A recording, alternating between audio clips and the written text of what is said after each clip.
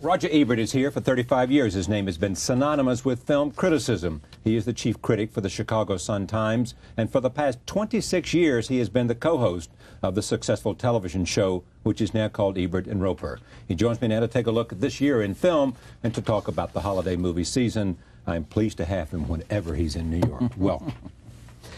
This season so far, before we get...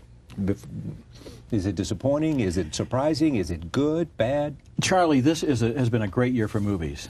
I got an email from somebody complaining I was giving too many 4-star reviews, and they said I would only give 5 a year if it were me. And I'm thinking, I've given more than 20 4-star reviews already this year in the Sun-Times, and there were still some Christmas pictures I haven't seen yet. Okay, in the Chicago Sun-Times. That's the best. That's the highest. 4 is the 4 high. stars. Yeah, it has been a good year for movies. And this season, right now, there are some movies opening. There's a movie open called Adaptation that is just blowing people away. I noticed A.O. Scott in the New York Times said he kept waking up in the middle of the night thinking about it. Lots of other good movies out there. After a couple of slow years, this has been a good year. You haven't seen Catch Me If You Can? No, I haven't. Is there good early word about that, or you can't tell? Well, I haven't heard any word about it at all. I don't know if anyone has seen it. It's directed by Steven Spielberg. Yes, Spielberg is a great director. Yeah. Minority Report, which came out last summer. Sometimes we take Spielberg for granted because he's the most successful director in the history of movies, but Minority Report was a brilliant film. It was a brilliant visionary idea about this future, which could be kind of in our present, in which we don't have any privacy anymore. Speaking of great directors, on this program was Marty Scorsese and Daniel Day-Lewis. Martin Scorsese, the best living American director. My apologies to all the other directors, but a lot of them would agree with that. You reviewed his first film, a student film, entered in some festival in Chicago. Now, were you writing for the Sun-Times? Yeah, I was writing for the Sun-Times. Were you the film critic? I've been the film critic for 4 months. All right, so you see this film, which is a student film out of NYU Film School? Well, he made a third of it when he was an undergraduate, then he shot some more and made it into a feature. It was called Who's That Knocking at My Door? Yeah. It was the first film starring Harvey Keitel. Yeah. And it was brilliant. I mean, it was the first movie I had ever heard use pop and rock music for the soundtrack. That later became very commonplace in movies like American Graffiti, and now it's a cliche, but he was the one who put the old 45s on to create the soundtrack of these guys in Little Italy, when they're hanging out in the club. And I wrote a review. I said that this guy, Martin Scorsese, is a brilliant director. He's going to be a great American director. In 10 years, he will be the American Fellini, I wrote. Now, that was not too brilliant because actually Scorsese and Fellini have very little in common as directors go, but it was meant as high praise. And he loves Fellini. Well, he loves, yes, of course he does. He made a 4-hour movie about the films of Italy. But Marty didn't even have the money to come to Chicago with his film. It was a black and white, like $20,000 film. But he called me on the phone because somebody read him the review. And he was thrilled. It was his first review. And then he says, this part where in 10 years I'm going to be the American Fellini. He says, geez, do you think it's going to take that long? that's confidence, isn't it? Well, I mean, within 10 years he had made Taxi Driver and Mean Streets, and he was on his way to being our best director. Made the best film of 3 decades in a row. Taxi Driver, Raging Bull, and Goodfellas. Goodfellas was the best movie of the 70s? Of the 90s. Of the 90s. Yeah. You could argue that. Yeah. What was the best movie of the 80s? Raging Bull. Raging Bull. Was it in the 80s? Yeah, it was 1980 it came out. Yeah. You could also talk about movies like Apocalypse Now and Pulp Fiction, and you could mention other films that could contend, but Scorsese's in a class by himself. What's the best movie that you have ever seen that was made, say, in the last 25 years, since you've been a film critic? Made since you... I'm trying to stay away from Casablanca. Yeah, I know. And Citizen Kane. Yeah, everybody always says Citizen Kane. I think Godfather could clearly be one. It could be The Godfather. It could be Raging Bull. Could be. It could be Kieslowski's Red, White, and Blue trilogy. Those 3 films. It could be Pulp Fiction. It might be a documentary like Hoop Dreams, which is just devastating in the way it turns out. It's better than fiction. Could be Goodfellas. Yeah. Could be Apocalypse Now. Could be Fanny and Alexander. Sight and Sound, the British film magazine, came out with this list of the 10 greatest films of all time, and the newest one on the list was Godfather 2. So then they had another poll, and they said, okay, we want to get some modern titles, so give us the greatest movies of the last 25 years. And the first 4 titles were Raging Bull, Apocalypse Now, Raging Bull, Fanny Alexander, and Goodfellas. All right, let me ask about some Christmas movies. The Hours is getting a lot of conversation. Yes, it is. Have you seen it? Yes, I have. Do you like it? Well, of course, I haven't reviewed it anywhere yet. So, but yes, I do like it. Yeah. Yes, I think it's going to get some nominations too. Nicole Kidman? Yes, it's a very intelligent adaptation of this novel that's based on Virginia Woolf, and then carries themes from her life into the lives of other women in a way that. Have you noticed in the last couple of years a lot of movies that kind of interact, various stories that kind of coil around and sneak up on each other? And it's that kind of a film. It's very intelligent, very well acted. All right, we'll see. Nicole Kidman, Julianne Moore, and Meryl Streep. Yes. Okay, what a... Yeah. I mean... And the funny thing is... What a bundle of talent. Nicole Kidman, of course, nominated last year. Meryl Streep and Julianne Moore might be nominated potentially for 2 movies this year, because Streep is also an adaptation and Julianne Moore is also in Far From Heaven. So how are they going to choose? Wow. And then there's another strange challenge that the Academy has with Charlie Kaufman, the screenwriter. Right.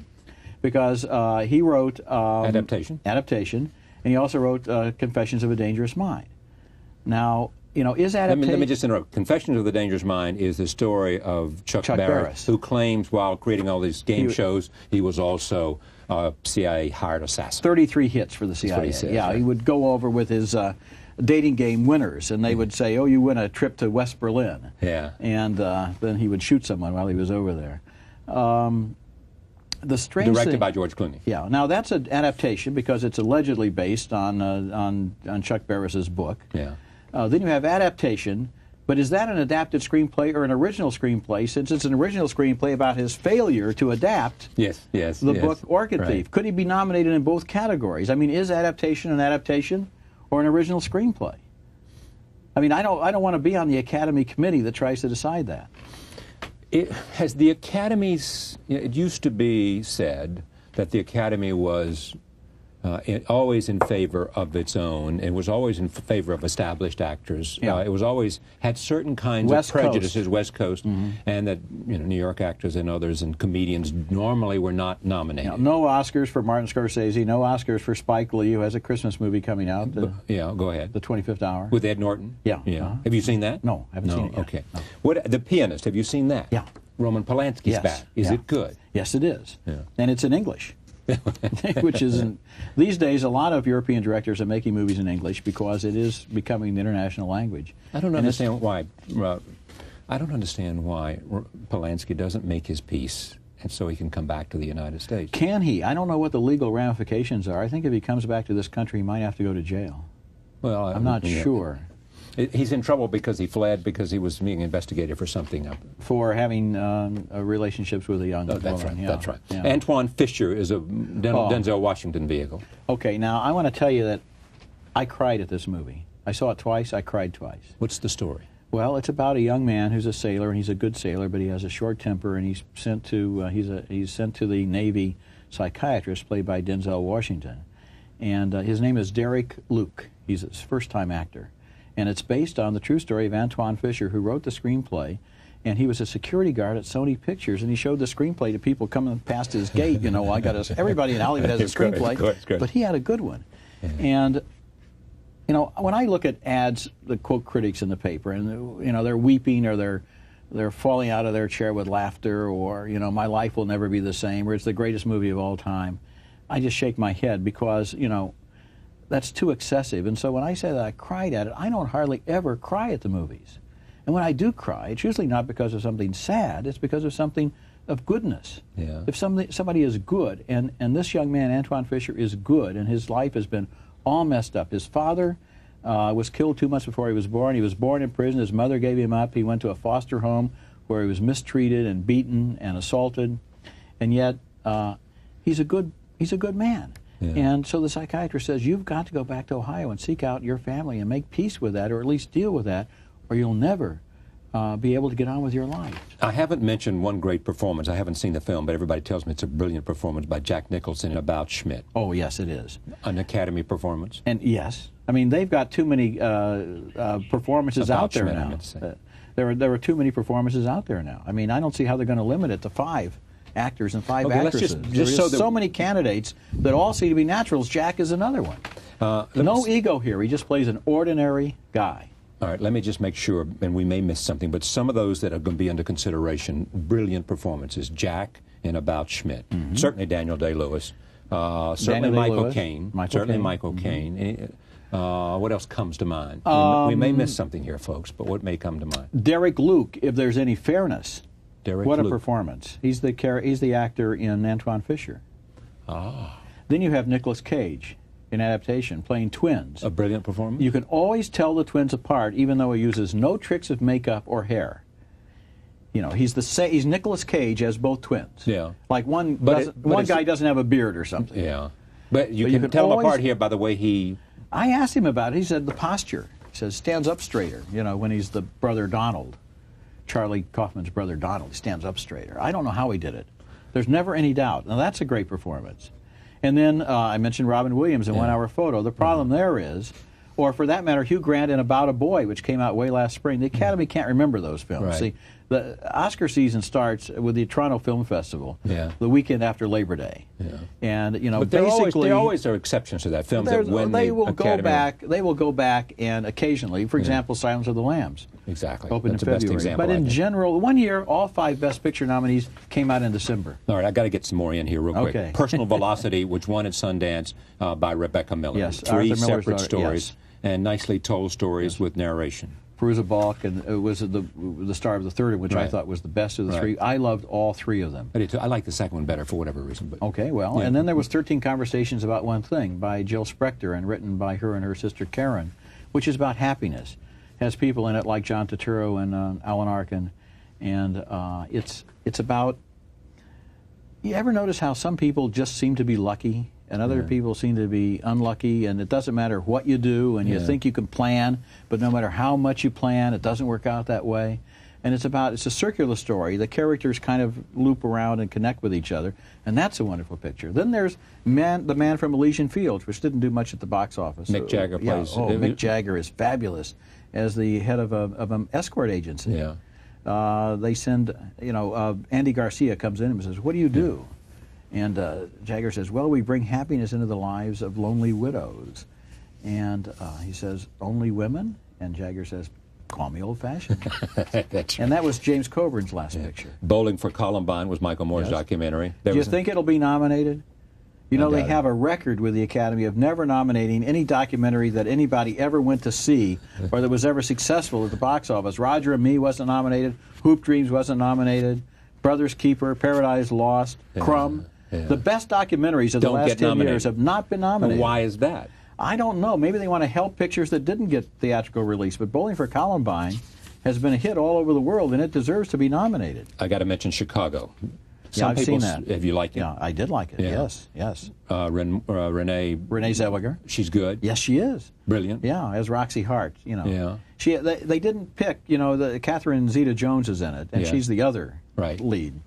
And she's a little more glamorous than Renee Zellweger, but they were right, of course, because Roxy Hart isn't the glamorous one.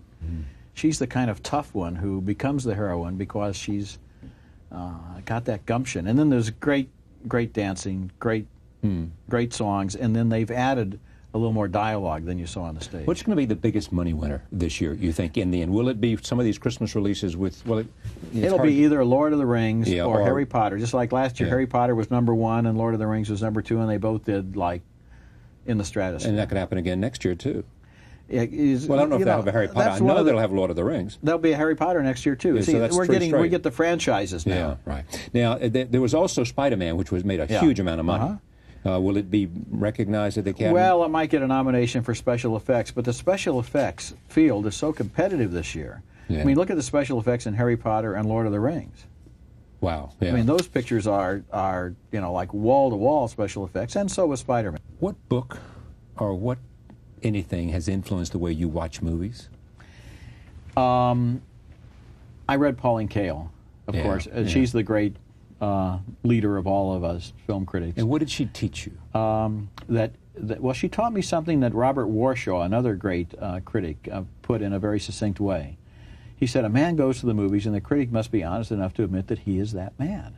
Now, of course, he could also be a woman. I mean, it was a sexist comment, but nevertheless, you're the person in that seat. It's your reaction. It's your opinion, and you have to say, for example, I went to see Antoine Fisher, and I cried, and I told you that I cried, but oddly enough, I'm reluctant to tell you that I cried because it makes me look like a sap. You know, because critics are always crying, and I want to be the critic who's too tough to cry. But if I did cry during that movie, then I have to tell you that that happened. I have to say, if I was aroused by an erotic scene, I have to tell you that happened. If I laughed, I have to tell you it was funny. I went to see Jackass, a shameful movie. I laughed all the way through it. I mean, I have to tell you that. I'm the guy. I was in the theater, and I have to be honest. I can't try to tailor my opinion to make it respectable or fashionable. Is there one reviewer who you always want to read what he or she thinks of a movie? Stanley Kaufman in Really? The New Republic. Stanley Kaufman is the only critic now writing where when he disagrees with me, I figure maybe I was wrong. Really? Stanley Kaufman, he's about 82 Been years on that old show, now. yeah. He writes every week in The New Republic. He is unfailingly perceptive and intelligent. Movies are our art form, aren't they? Mm-hmm. Yeah. They're the art form of this century, and they're the art form of this country. And it's one of our biggest exports. And by this century, I meant the last century. Yeah, but and one of our nevertheless. biggest. Oh yeah, we bring in billions of dollars from overseas, and we sell our image of our society overseas through our movies, for better and worse. Roger, think of the people who died this year in the movie business. Billy Wilder, Richard Harris, Ted Demme, John Frankenheimer, Milton Berle, Charles Guggenheim, a documentary filmmaker, Dudley Moore, Bruce Paltrow, Rod Steiger, Robert Ulrich. I'm sure I'm missing one. Extraordinary people made a contribution to a business that you and I love. Billy Wilder, I mean, I've got 5 of his movies in that book. I mean, Wow. out of 100 movies. Which, of all the ones he made, which is your favorite? It'd probably be Some Like It Hot, Yeah. but then might be Sunset Boulevard, could be Double Indemnity, might be The Apartment. Yeah. Here's a great director. Yeah. Thank you, Roger. Great to have you. Thank you for joining us. See you next time. It has been a great year for movies. I got an email from somebody complaining I was giving too many 4-star reviews, and they said I would only give 5 a year if it were me. And I'm thinking, I've given more than 20 4-star reviews already this year in the Sun-Times, and there were still some Christmas pictures I haven't seen yet. Okay, in the Chicago Sun-Times. That's the best. That's the highest. 4 is the 4 high. stars. Yeah, it has been a good year for movies. And this season, right now, there are some movies opening. There's a movie open called Adaptation that is just blowing people away. I noticed A.O. Scott in the New York Times said he kept waking up in the middle. Roger Ebert is here for 35 years. His name has been synonymous with film criticism. He is the chief critic for the Chicago Sun-Times, and for the past 26 years he has been the co-host of the successful television show, which is now called Ebert and Roper. He joins me now to take a look at this year in film and to talk about the holiday movie season. I'm pleased to have him whenever he's in New York. Welcome. This season so far, before we get...